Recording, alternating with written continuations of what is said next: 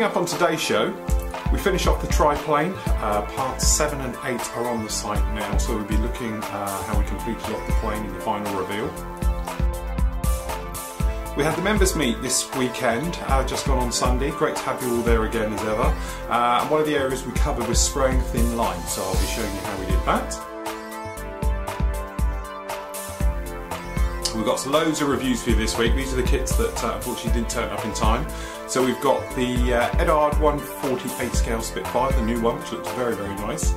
The Hawk, this is the Revell 132nd, the kit that I absolutely loved building the Red Arrows one, so we'll be looking at the differences. And an old friend has returned with new decals, Hasegawa's favourite type of pastime, so we'll be having a look at a classic kit with new decals there. Plus we'll be looking at all your work from the helicopter SIG that finished recently as well.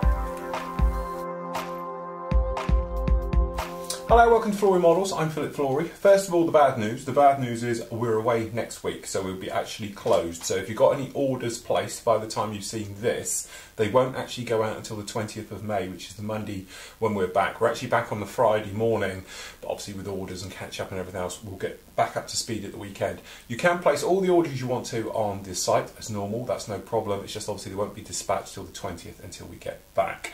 If you want to subscribe to the site and you're not a subscriber, or you've had your subscription cancelled for whatever reason, you will know what PayPal's like, you can resubscribe. That's no problem at all. That's fully automated. Any problems, to be honest, I'm only going on a boat trip on the Norfolk Broads, so I'll still have my phone with me and I can get back to you, no problem, with any emails, questions and things like that as per normal. But as you said, order-wise, obviously we're not here, so we can't be doing with that. Got lots of stuff lined up for you whilst we're away. On the main site now, we spoke about it quite a bit last week, but we've got this little guy, the Wingnut Wings, not to harp on about it again, but it's absolutely fantastic and brilliant and everything else. You've got 2 parts up on this, so you've got, what, just under 50 minutes of video, which will complete the rigging and then our final reveal at the end, which, you know, to be honest, you know, it's a great kit. We spoke about it last week, but if you're not even into World War I aircraft and everything else like that, I would give this video a watch, because you'll see me squirm a little bit and playing with new IDs and things like that, and it comes out fantastic in the end. So if you haven't seen it, you know, now's your time. Go and have a look, and you can catch up with that one. So that'll keep you going for the next 2 weeks. We had the members meet last Sunday, okay. Absolutely fantastic. Had a great time. Great to have you all here. The usual giggles and laughs. I'm not sure, as I sit here now, because I'm recording this Wednesday morning, if I'll be able to edit it and get it all onto the site for you by the time we leave. So it might be up next week. But members, you know what it's like. I put it in the forum and you can just watch it, warts and all, in the wide camera format, which covers the entire studio of when we do the meet, okay, and everything else. So as I said, I'm not too sure as I sit here. I'm trying to do it. It's just, as you can imagine, it's like sort of 6 hours of video I have to sort of munch through, and a little bit of editing for some of the swearing and things that have to go out and everything else before I can get it out onto the actual main site. But as soon as if I had get it done, it will be there. If not, then bear with me. It will be up as soon as I return on Friday. Okay, so first up, got to speak about, to start with, I know I said I mentioned it, we sort of got sidetracked a little bit, but we've got here the new colours, and I've got the paperwork side of it here, from Vallejo. Now, I ordered quite a bit of the range, and to be honest, up here, I know you can't see it too well in this angle, but I've got all the Vallejo Model Air range only. I don't worry about all the others, okay, and now they've brought out new colours, it doesn't fit, so I'm going to have a rejig of the old paint shelf, probably at the weekend when we're back, to try and fit them all in. We spoke about it a little bit, just to cover it. Basically, the original colours used to go up to the grey base, as I used to call it, which was 079. So you went from 1 to 079 in the colours. Now they've gone along and they've done all the RLM colours as well. So you've got all of those and you can work through all of those, as well as some quite nice colours that have always been missing a little bit. And they're the colours where I've always had to then move away and go into something like either guns or make up a mix, or God forbid we'd have to go to some of the lesser manufacturers which are problems to spray and everything else. Nice ones that have come along at the moment we've got here. I do have to mention we've got FS36622, okay, which is the light Air Force grey colour. This is their number 121 now. Very handy to have that one. We've got the dark grey colour. This is the FS36081 again, which was a lot better match than their so-called colour matches before, because it is spot on. But when you look through their list, basically what they've done now is all the colours from 101, so you know, traditionally we went 0, 9, whatever, from 1 to 90. So if it's 0, 1, 0, it's the new colours, and it's basically to start with from 101 right the way through to, we're just trying to see where it is, 06. It's all the RLM correct colours for the German colours. Really nice to have those now, because as I said, it was always a little bit of a thing. Some of the colour so-called matches were a little bit off, so we've got those in, and now we can go right the way through, because we've got things like Azores blue, which is obviously quite a difficult one, PRU blue as well. Again, you know, there was only 1 or 2 manufacturers that actually did that colour. We've got dark sea grey, we've got Mediterranean blues, and then for the US guys as well, we've got certain combat colours as well. Certainly the ones I'm thinking about is the US Air Force grey we've got down here, the light camo grey we said before, US Air Force medium grey, and the big ones, I think we spoke about them last week, but we've actually now got the correct tan for the Southeast Asia type of colours, for the camos for them, for the sea colours. So we're talking the greens and the tan colour. We've got them colour matched as well as I think we said about it, but we've got the Israeli Defence Force greens and things like that, which is a real tricky colour. Haven't sprayed it yet, not too sure if it's a good colour match. Seems to be okay out of the bottle, but as you said, if you might have seen when we were doing the even with the guns range and going through those when we did the F-16, the Suffer, we had to make a colour match because I wasn't happy with the colour out of the bottle. But, as I said, they are all available now. Great colours, so it's going to basically take you now, if you want to get the range, you're going to go from number 1, there's a few little gaps but not many, right the way up to the top of the range is 249 NATO. Don't panic, there is a few gaps amongst those, but as you said, if you wanted to go for a very nice, straightforward, out of the bottle spraying, and I do advise it for guys coming back to the hobby, using airbrush for the first time, this stuff is great. Okay, so there we go. I'll get this all redone. If you might have seen, I've had a bit of a jig around down the bottom, got rid of some of the older paints, but what I'm going to do is redo that all completely with the colours that I feel are best matches and also ease of use. So I'm getting rid of the more technical stuff. As I said, we've got rid of some of the smellies. I'm trying to get back to acrylics and everything else like that. So that's those done. Right, reviews. Now, waited for those to come in last week, and to be honest, as I said, we had a few problems with them getting in. So first of all, we will do this one. Now, to be honest, we have had this kit open. It's not my usual, never seen in here before, because we said when we had the members meet, we opened it up. But this is for the Hawk. This is the 132nd kit.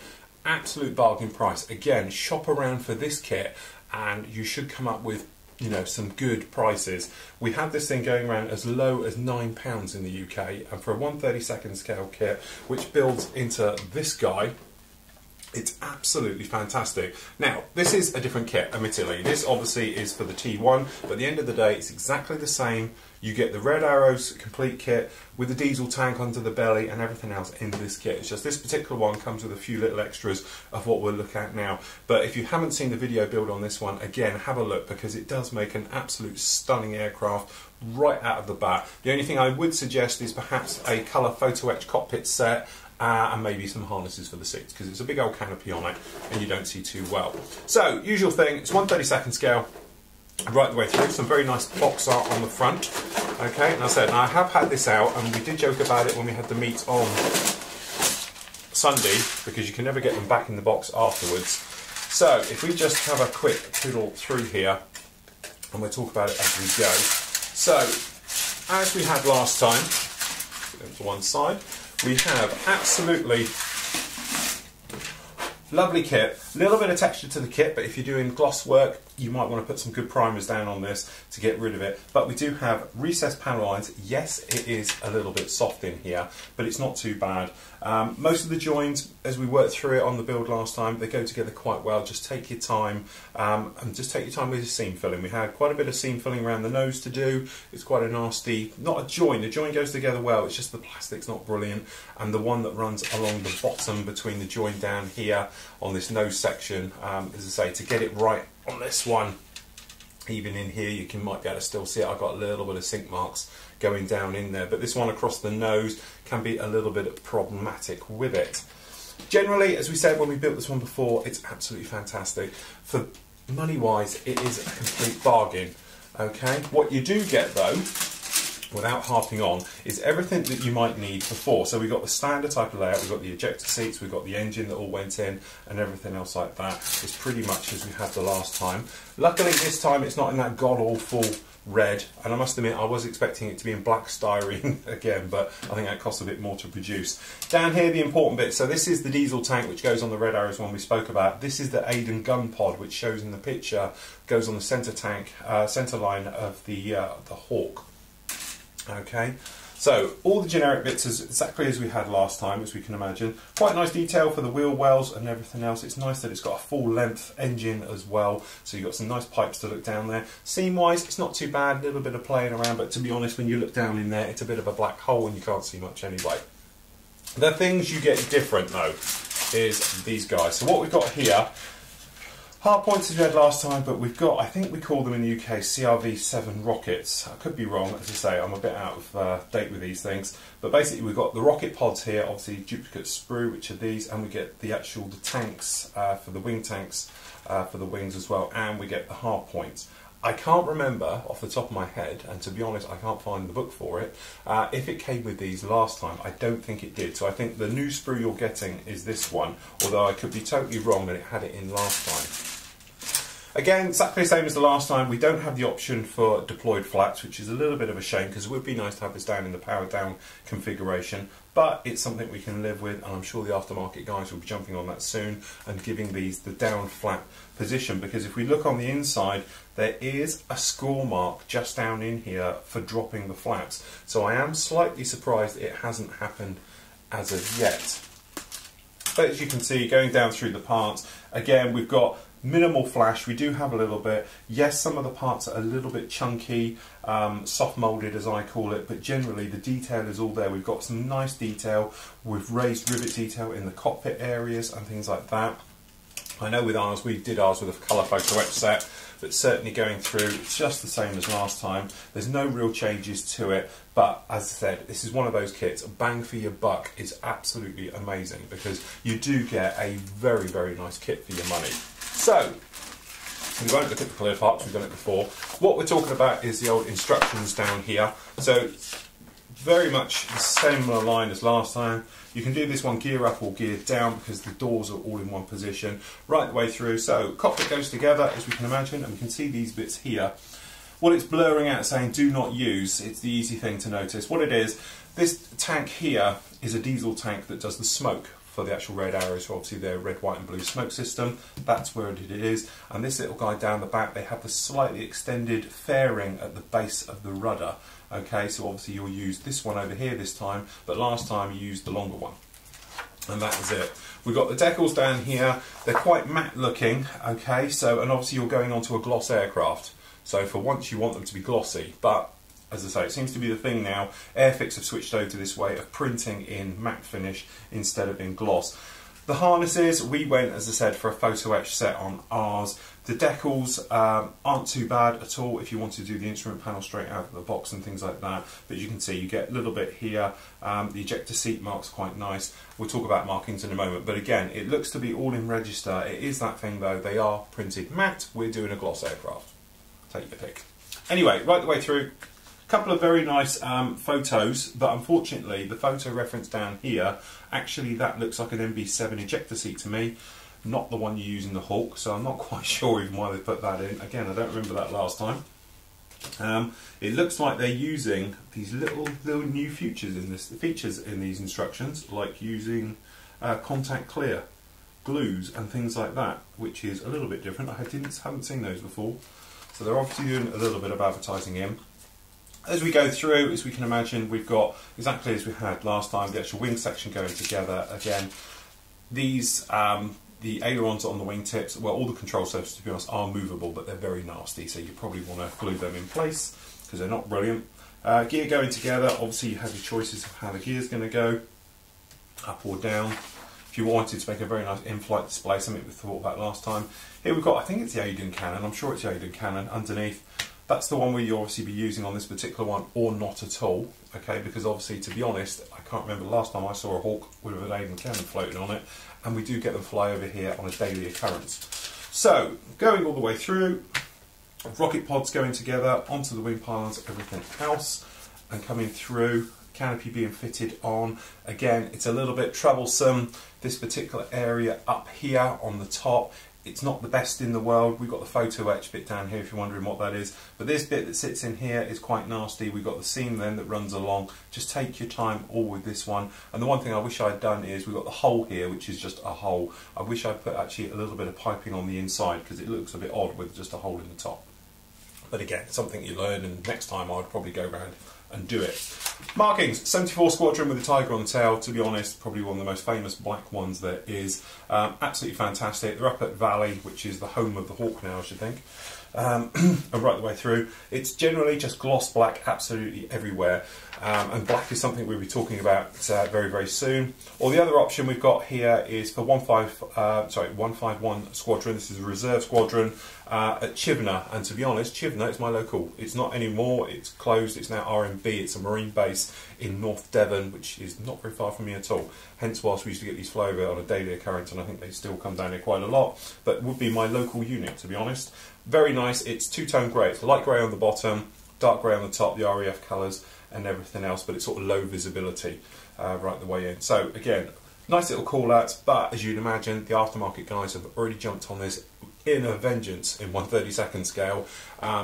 Extra decal especially, you can get almost any type of Hawk you want out of there. But I imagine it's going to build just as great as the last time. You're going to have fantastic, and at the end of the day, you're going to come out with something like this for around about 20 quid. Okay, and for my, you know, we're talking about winged up wings and the price of kits, especially some of these in a moment, it is a bargain. And if you want to build something a little bit different and a little bit nice, this is the one to do. And you can do it like I've done. I have mine here fitted on pins. This is why it falls off the bottom, because I've actually done it so you can change the loadout at a later date. So there we go, the Hawk, great kit, highly, highly recommend building that one. Next up, something that's been around a couple of weeks, and to be honest, I tried to order it and it went out of stock. And then obviously the second load has now come in and you can get on with this one. This is the Spitfire, this is the Mark 9C, it's the later version. It's the Profi pack, which means we're going to get all the bits and pieces inside we'll look at in a moment. Eduard, you know, realistically, they've done a lot of reboxing. Okay, recently they've done a lot of Academy reboxing. I'm thinking MiG 29s, SU-27s, certainly did the F-15C, things like that. But they do make their own kits. A lot of people have said to me, whose kit is it? No, it is their own. And when you look inside, you'll see why. This particular kit has been widely built on the internet now, because I'm a little bit late getting going with it. But I haven't seen a single person kick off about it. Okay, what we actually get in the box, we've got a couple of bags, all separate bags. Okay, let's get it out here. I pop these back in together because again, members meet, we all have a look at these. Some of the things you're going to notice, if we just look at the wing detail, traditionally when we're looking at, let's drop this camera down a bit, when we're looking at this type of kit, we don't get this level of detail. Now, this is one of those things here, I'm going to guess, you can probably see, especially up here, all of this riveting detail. We've got riveting down here. Now, traditionally, I don't think we even saw that level of detail in the Tamiya 132nd. It is absolutely perfect. We've got every single rivet detail on here, an access panel on everything, and especially when you look down on the top here, this area here, which to be honest is the underside of the wheel well, you've actually all got the riveting around it, and I haven't seen that before on any other kit. As I said, even the Tamiya one doesn't seem to have it. Working down here, again, catching it in the light, you can see exquisite detail. Now, the only other kit that I've seen, you know, to sort of with Eduard to go with this is their MiG 21, which again, beautifully detailed, but it does look like this is the next level as far as Eduard are concerned on kits. But as we move it through the light, you can see all that lovely riveting detail on here, and it is absolutely stunning. Okay, on the inside, it gets a little bit more plain, as you can see, but we have got some nice detail down here for the tops of the things. This is split, I don't know how well the camera can see in here, but it's showing, and it's got riveting detail right between it, which in my eyes is absolutely exquisite. Okay, it does seem to be nice, sharp and crisp. The plastic is what I call a medium. It's not as hard as what we'll look at in a moment with the Hasegawa kit, but it's a lot more harder than Revell or something like that, which is quite soft, or Airfix. Okay, but beautifully done. Again, when you look at this guy, you'll see, probably see it down here, we've got again a massive riveting detail. Now, one thing that worried me is that it's that fine, being in scale, that it would be very hard to see it once it's been painted. But I've seen Terry's on our forum has done an amazing job on this kit and has built it and weathered it to be absolutely stunning. And if you haven't seen it, go and have a look at his photo build on Flory Models forum, because it is absolutely fantastic. Okay, and he's done an amazing job, and he's washed it and everything else afterwards, and you can still see every single rivet and detail in there. So on the inside, again, we've got limited detail inside the cockpit, something we'll speak about in a moment, okay? But as you can see, I'm guessing we've got little dents just in here, and we've got access handage on the outside. I'm assuming what we're probably going to be finding is other versions of this coming along, probably the reconnaissance version, okay?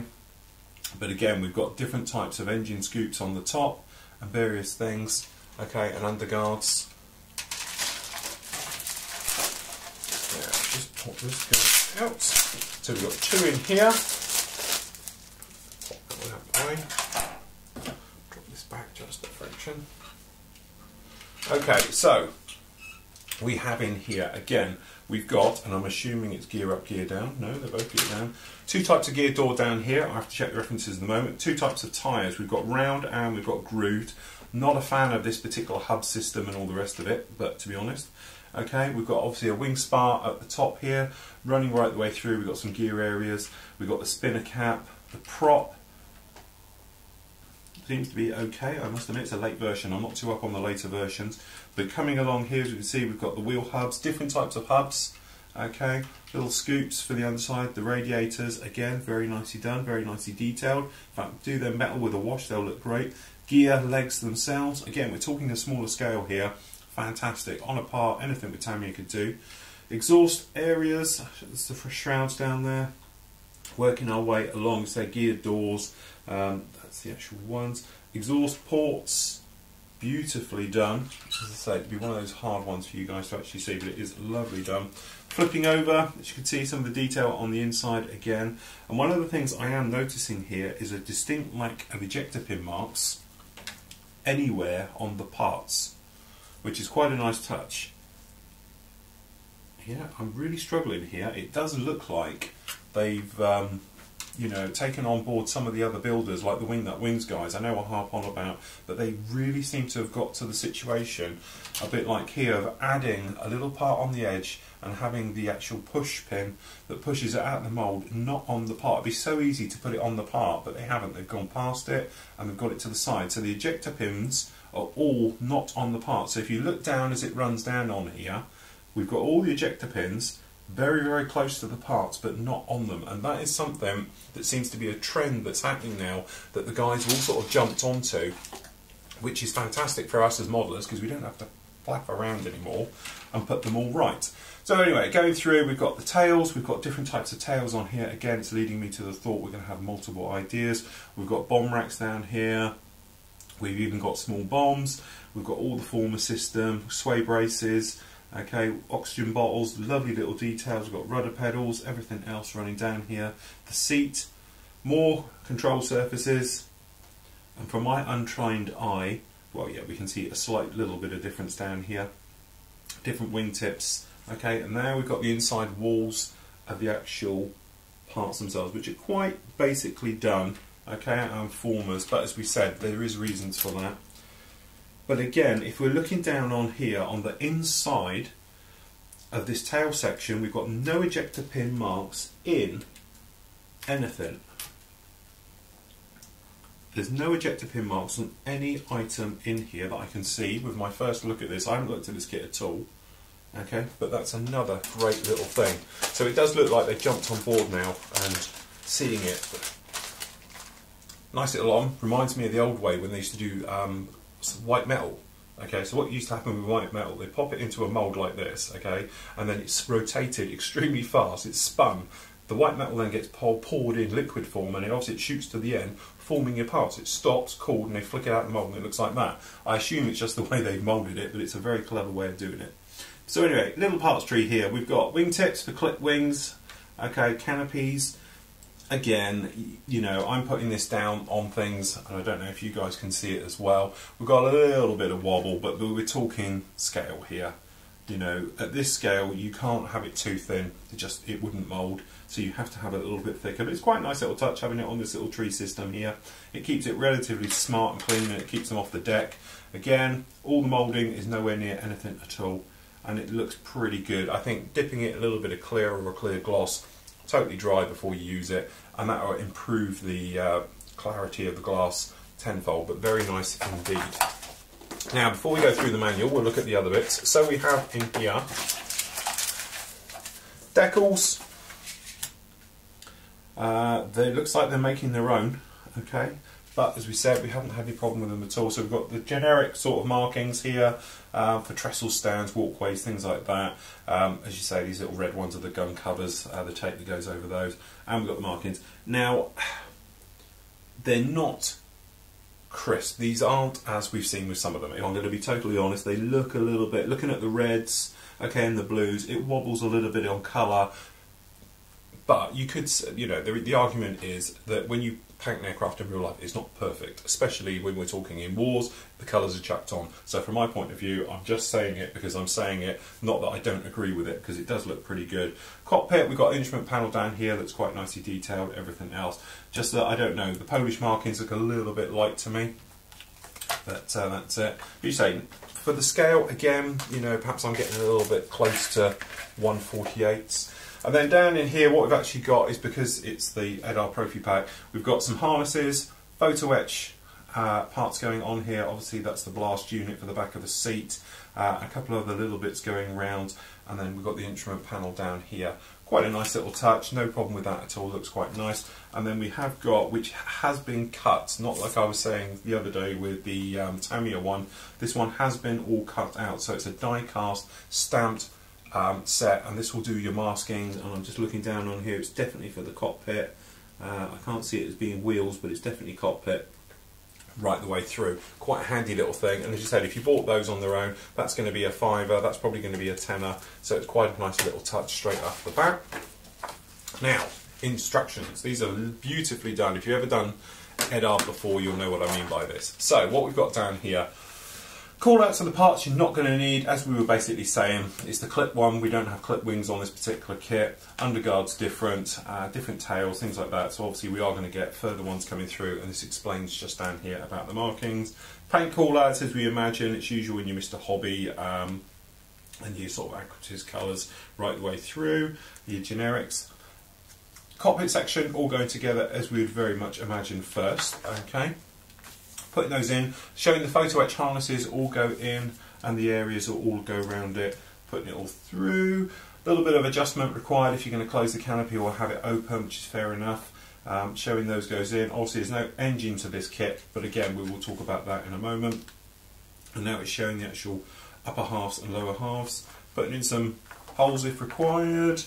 Seems to be pretty much standard. As we said, building those wheelbays, which are very, very nice just off the bat. Exhausts, showing those going in, as we can see. Tailplanes going on. Different types of rudder, so obviously you've got different specific aircraft. Okay, going right the way through, so all the underguards going through. And the coolers, right the way going in, showing them either open or closed, which is quite a nice touch with those. The wheel system, not a fan of this hub and two halves, and you know, it seems to be a bit overkill for this scale especially. Okay, right the way in. Quite nice, it's showing you in detail about how to do the masking and where it all goes, because it can get a little bit confusing as you're going through. Nice little touch, you've actually got the latches, which are in photo etch for the inside of the door that it's open. Again, this saying it's flat red, apparently they're not flat red. The handles, these crowbars that go on the inside of the door, apparently were commonly either painted green, same as the door, or they were black, they weren't red, but I don't know why, apparently. I'm just saying what I'm told. Okay, going through, weapons fit, everything in, and we're done. So, markings, we've got Polish 302 Squadron, very, very famous. Okay, beautiful markings right the way through. And then we've got down here 312 Squadron, another Czech squadron, quite nice. Okay, and then who've we got here? This is 602 Squadron, very nice. July 1944. 601 Squadron, very different. As I say, I don't know why it is in the actual aluminium colour. 1944 Italy. It does say about the camouflage codes were stripped down except for the upper surfaces on the fuel tank. These parts seem to have been camouflaged, probably taken from another aircraft. Note the badge emblem, probably for anti-glare as well, because you don't want aluminium blinding you in there. Credited with 11 kills. Quite nice. Go through again. We've got Tangmere, one of 401 Squadron's Tangmere, lovely with the D-Day markings top and bottom. And then again we've got down here, which is another 401 Squadron. Okay, and then you've got your general call-outs. Now, this is the bit we were talking about. If you wanted to, Eduard do the full cockpit for this, okay, which is quite nice. This is a resin one, and obviously photo etch as well, so you could do that one. They do the exhausts for it, which are more detailed. Don't know if you probably need those because they are pretty nice in there. The only thing that's missing is the welds down the side. They have them. The wheels and everything else, so this is the 5-spoke ones, you do get them in. You can have the option for the engine and for the gun bay. So the engine is one thing that's lacking in this kit. I don't know if you need it in 148. Do you really want it open?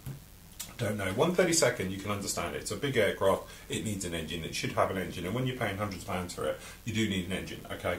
148, I don't think it needs it. I've got 148 Spitfires up there now. They're very small. You know, as I say, if you want to be fantastically detailed, limited on space, go for your life. But I think you're really going to be adding up then. By the time you buy all these parts and the kit, you might as well go out and get a Tamiya one in 132nd. Anyway, there we go. And you can have a photo etch set as well, which I haven't seen before. So you can do the flaps down in photo etch, and we've got various stencil data for the top areas. I presume that's around all the little bits and pieces absolutely everywhere. So if you wanted to, you could spend, it's going to be over 100 quid with all these parts on this one, or go out and get a Tamiya one. I don't know, if 148's your bag, then go for that. If it's not, if you want to go for something a bit bigger and, I wouldn't say better, because this does look fantastic. I haven't built this one yet, so I couldn't comment, but it does look very, very nice. So there we go, that is the new Eduard way of doing it. Things I love about this kit, the distinct lack of ejector pin marks anywhere on it, which is absolutely fantastic. I'm just about to come back in here and just have another quick look as I'm packing it up. So I wasn't paying much attention at the time. So you have got them on the actual down here on the fuselage, but if you imagine they're all in areas where you're never going to see them, so that's not a problem. And looking at the wings, we have got them, but again, they're everywhere where you haven't seen them. So you do have to say, if this is going to be the new way of doing it, it's going to save us all loads of time not having to fiddle around getting rid of either filling or sanding out ejector pin marks, which is really, really nice way of doing it. So, good on Eduard. It's nice for him to tackle something that has been around, let's face it. If you want a Spitfire, you are spoilt for choice. But what they've done, they've gone in there, they've raised the bar, they've made some real fantastic advances in plastic modelling as far as I'm concerned. They've joined the realms of what I call wing nut wings, where they've gone in now and they've actually changed it, that, you know, obviously thinking ahead from an engineering point of view, thinking of the modeler, of not having to have photo, you know, sanding and filling of ejector pin marks and everything else like that. So, well done to them. Now, it sounds horrible coming in now doing it. Here we have another rebox and another set of decals for a Hasegawa kit. And I know a joke about this because, as I said, I have made a comment now that Hasegawa don't actually make kits anymore. They're a decal manufacturing company because all they do is put decals into other kits. But sometimes you do have to say it is the best in scale. Like, I do maintain their Corsair for 148.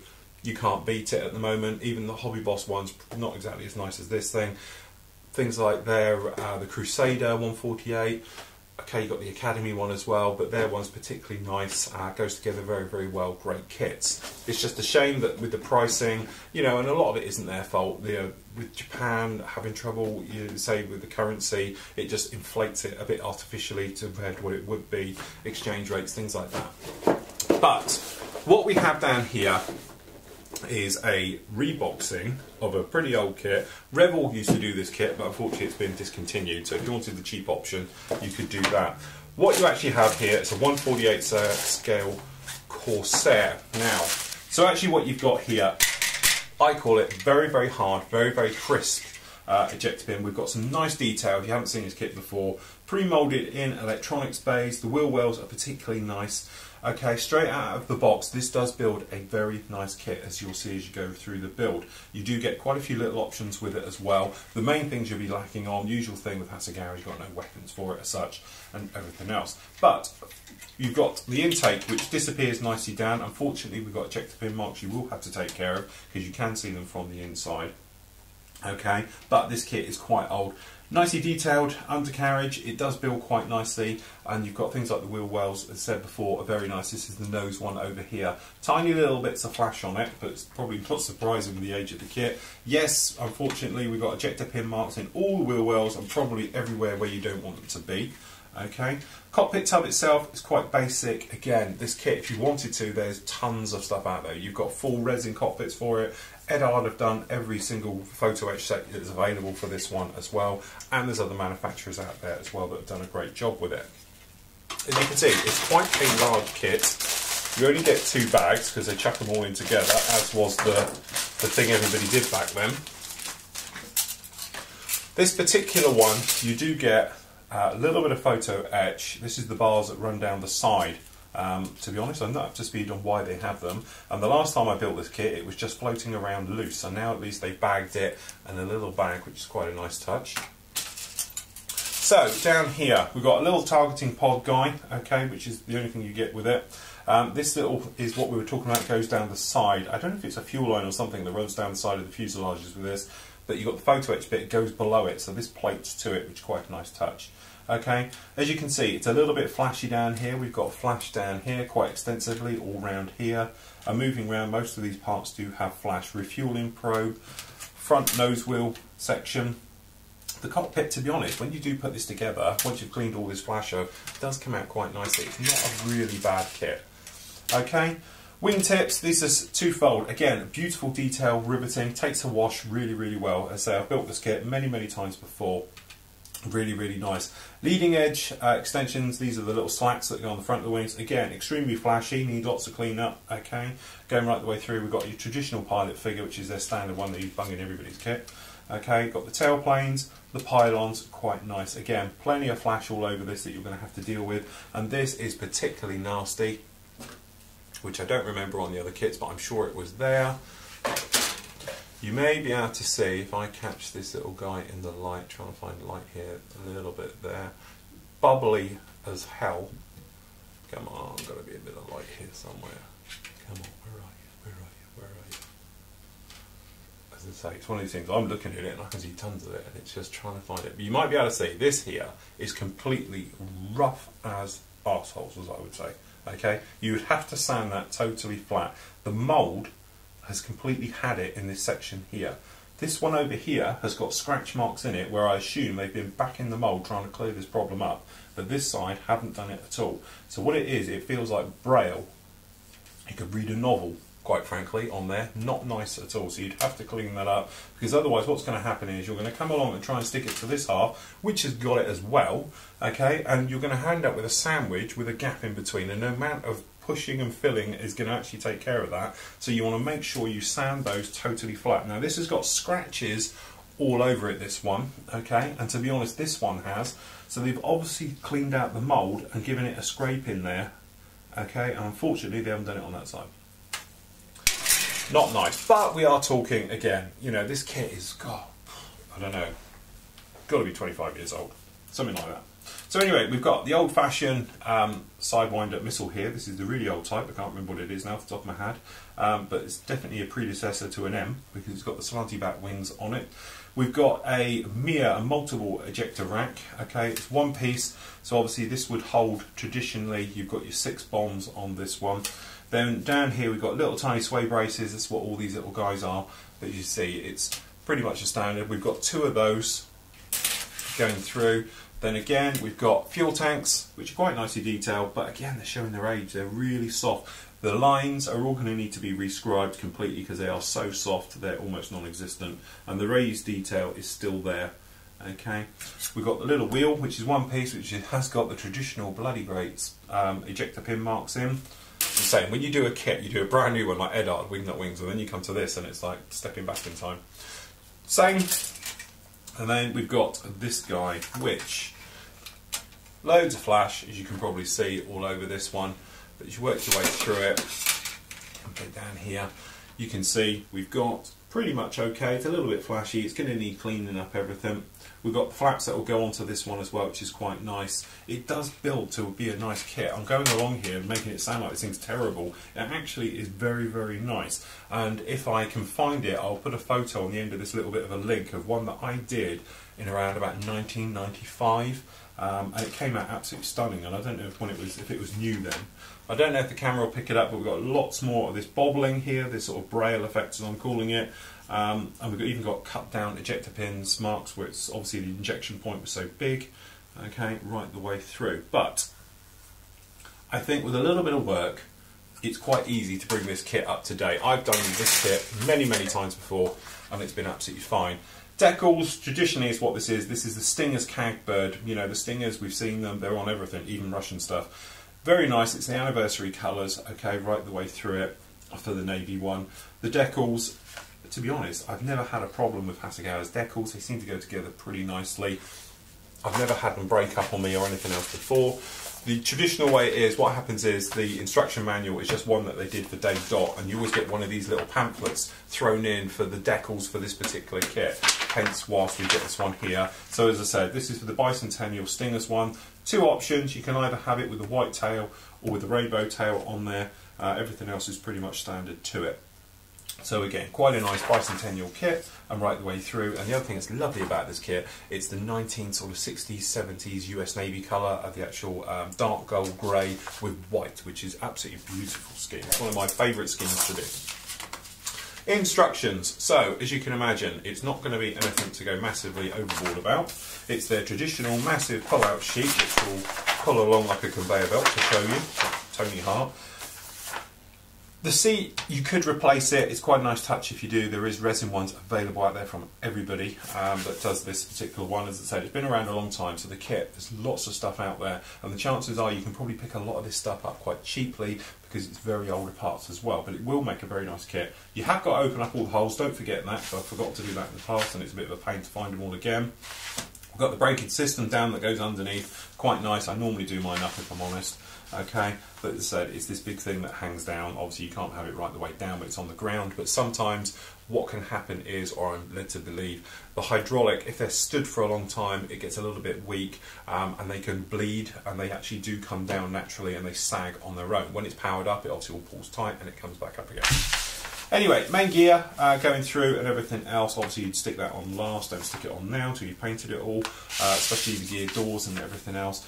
Sidewinders going on, the wing set goes on the top. I can say it's a pretty good fit, just a little bit minimal amount of filler that's needed for that. The wing fold system, again, it's quite nice, it all goes together quite nicely.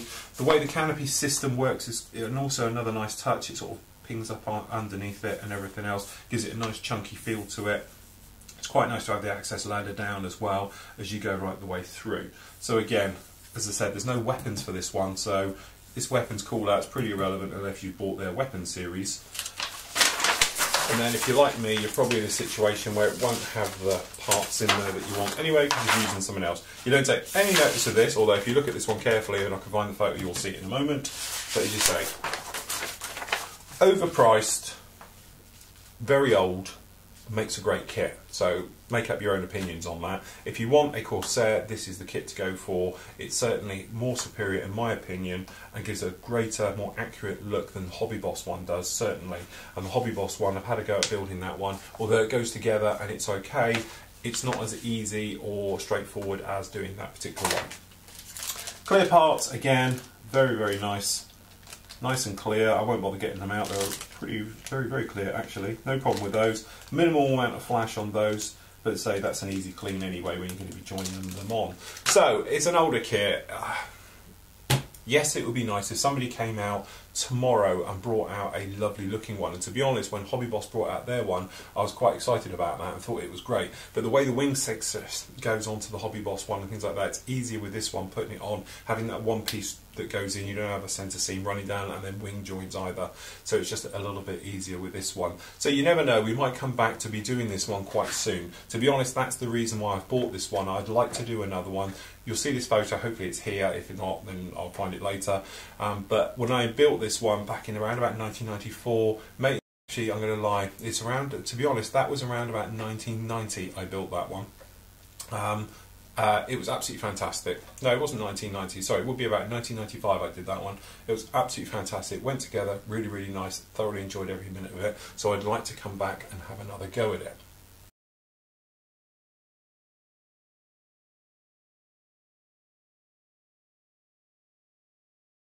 Okay, so we had the members meet on Sunday.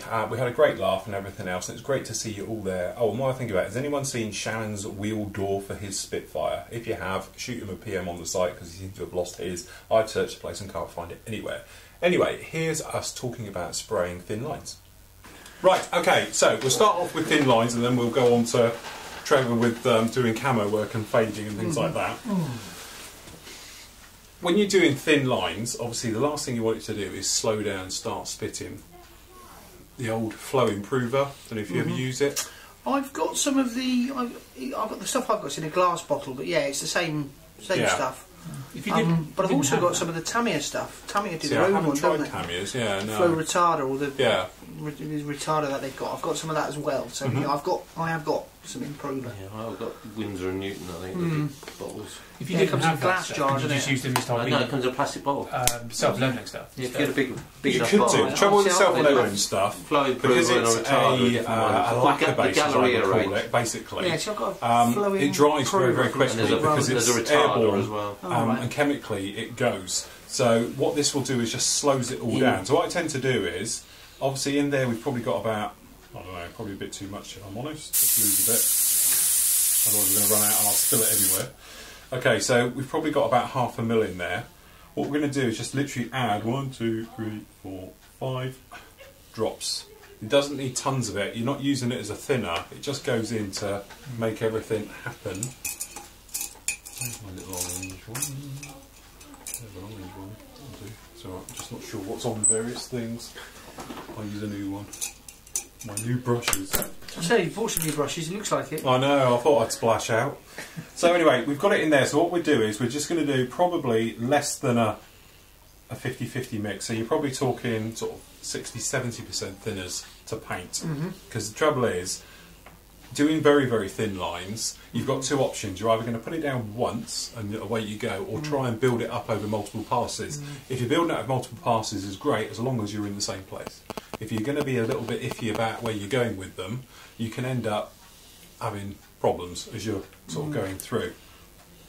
So anyway, paint is in. I say I'm not sure how this is going to work with this needle. That's why, to be honest, I've got the Iowata out. So what ratio did you give the paint again? As I say, with the retarder as well, it's probably, I would say, 70% thinners to paint. Right, okay. To be honest, it covers the inside of the colour cut, but seeing as it's lost all its nickel, that's not hard now because it's quite textured. It doesn't run off like it used to, shall we say. And how big a needle have you got in that one, Phil? This is 0.2 in here. As I say, I'm not too sure exactly what it's going to do in here. Right, when you're doing all lines, it's that balancing thing. Okay, so you're talking, it's like a three-way, sitting on the hill or doing your clutch start. Right? Obviously, the closer you are, the less it's got to go. You don't need as much air because you're not covering a big thing.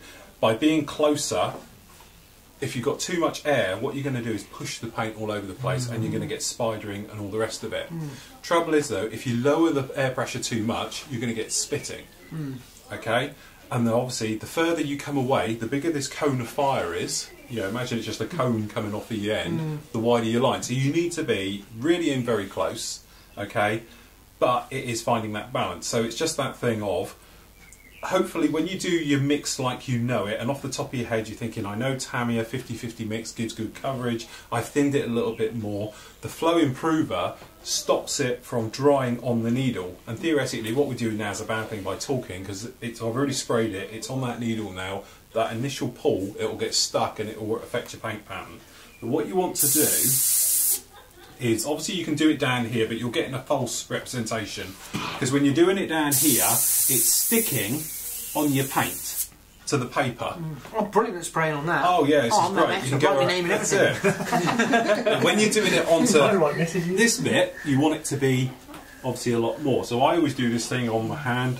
Okay, so it's resting on the bottom as we spray down.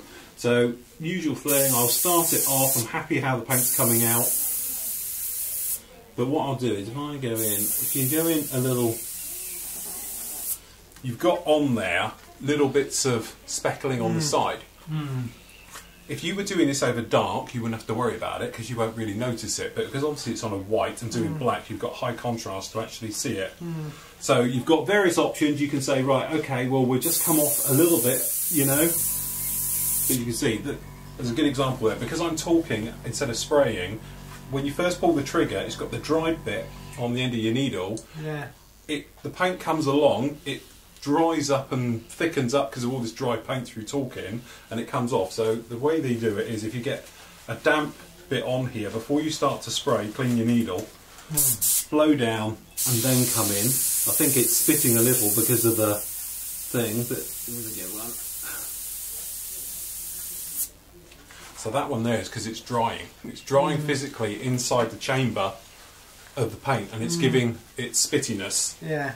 So I think as well, obviously, because this is going on to, I suppose, neat plastic, isn't it? Whereas yeah, that's right. You've got no we'll be doing texture. it on Yeah. doing it over a thing. So yeah. And would you recommend getting, because I've got the needle set on the back? Yeah. You can obviously set the depth of the needle. You recommend maybe sort of. You can do it. I'll show using you that. the problem with that one. So he says without getting covered here. Well, you've got a Mac valve on the. Yeah. I've got a Mac valve on the. Well, you've got a Mac valve on the Arlata there, haven't you, Revell?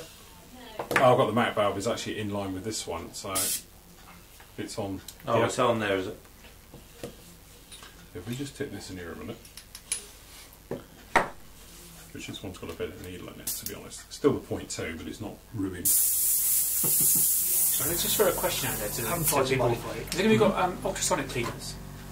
I don't rate them that much, No? to be honest. If I'm, you know, but this one, this has got a good needle in it, you see, so we can do this with it. One thing I do is I polish my needle. It's Occasionally. just not With- fair, is it? So what do you polish it with? Just a buffing stick. When I clean it out every now and again, what I do is just basically just rub it very, very lightly on like the old nail buffer. Yeah. You know. But those of you who've got ultrasonic cleaners, what do you use for cleaning and that? Do you use just normal warm water, for instance? Some people use Yeah. washing up liquid. Yeah. It's just a Windscreen. lubricator. Windscreen. This is cleaner. with it locked on, yeah? Windscreen Yeah. washer. Yeah. Just Wash up. neat, yeah. So it's probably a little bit too much. And you can So buy just special lock it ultrasonic. back and I go away, used some see? isopropyl alcohol, which was great. But the trouble is that it just melts the plastic in the ultrasonic cleaner. This is with that locked on. But you see, the trouble is that's as thin as I can get with the Gedden Axe. If I turn that a little bit more, I can't get it to come any paint out. You see? Going the wrong way, sorry.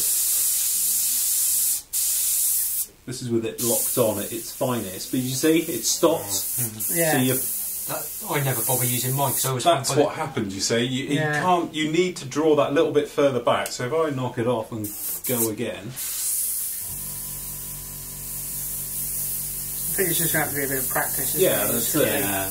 What about the Mac valve? Is that? But as I say, you can turn down the Mac valve, but you need X amount of air to get it going in the first place. And because you're doing such fine lines like down here, it's just that balance. You know, it's a bit like a cast out here. You need a certain amount of throttle to get it to pull away. Okay, so it's the same with the air. You need it to So start. I've got a 0.15 needle in mine as well, which I was debating whether to buy a 0.2. What I did, the 0.15 is just too small. But what the retarder's doing, this flow improver, you don't think it's doing anything, but it's quite warm in here. It stops it drying down the business end. It just keeps it more wet. It won't affect your paintwork. So a lot of people say, yeah, but then your paintwork takes longer to dry. No, it's only not worried that much. But in here, But the flow improver and retarder must be different. Must be different product. Yeah. I've done that before.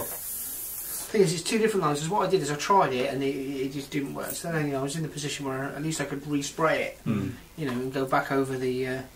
But the trouble is, like here, that's because I've just lowered the air pressure. That's as thin as I can get with this amount of pressure.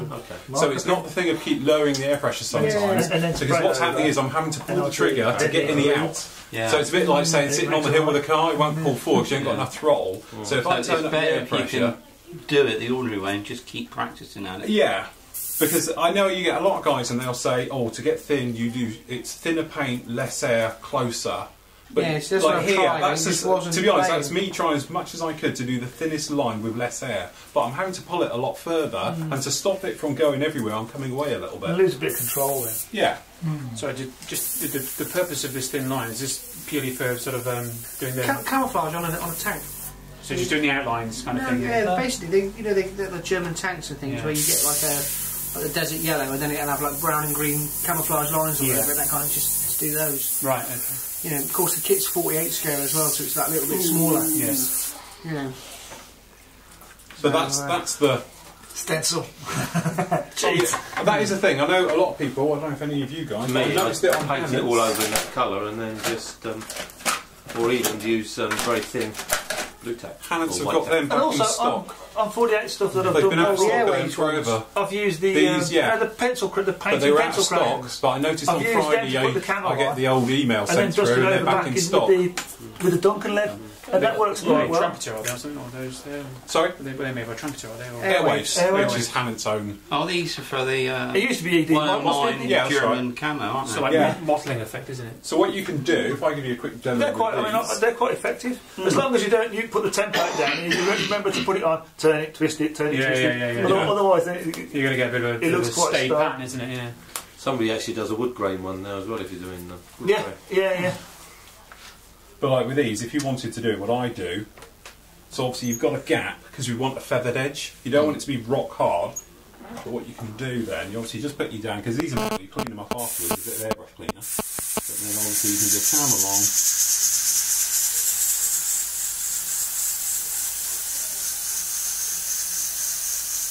And I know I'm not doing it 90 degrees, but with the 48 now, what I've done before is with the pencil paint. you do it like that. If I do this one a bit more. You paint ones. It's like those. you do that. Yeah. If you draw it, just draw your camo on, and then just give it a light dust, the dust over. It looks exactly the same. And if you were doing a Maltese you'll get camouflage, a feathered in edge when they or were a harder they edge, had depending on the stone distance it is. Very And obviously, if you wanted to, you can make it like a rock hard paving edge. effect. Just hold it down. Yeah, I mean, I'm not an armour modeller. No.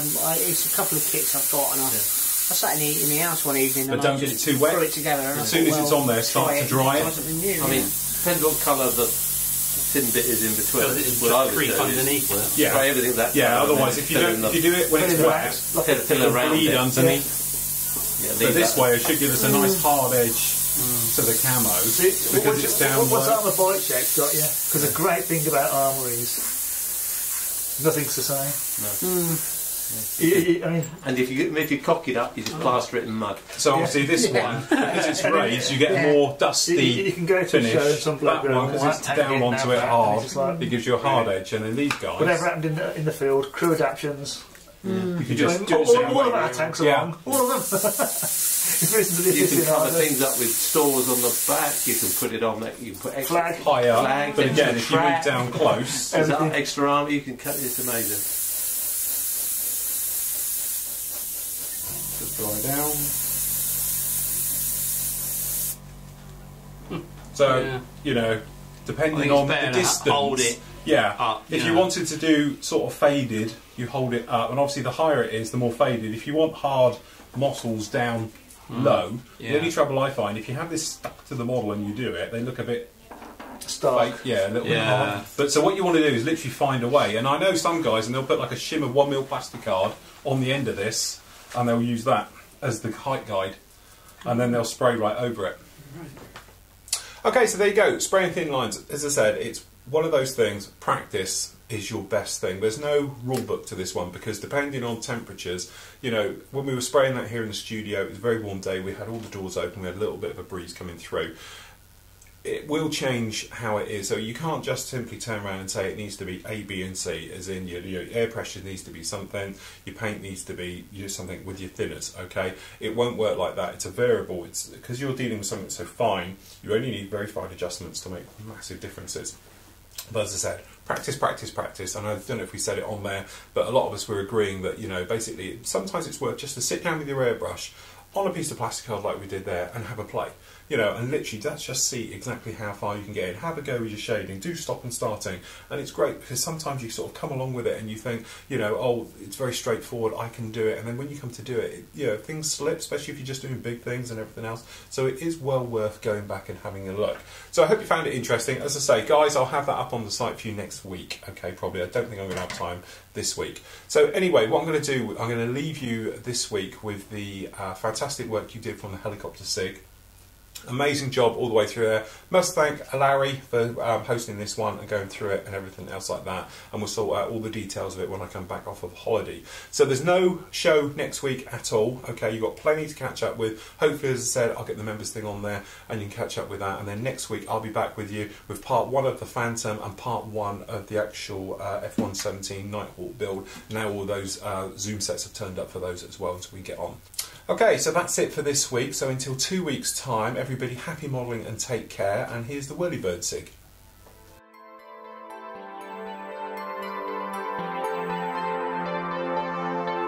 Bye.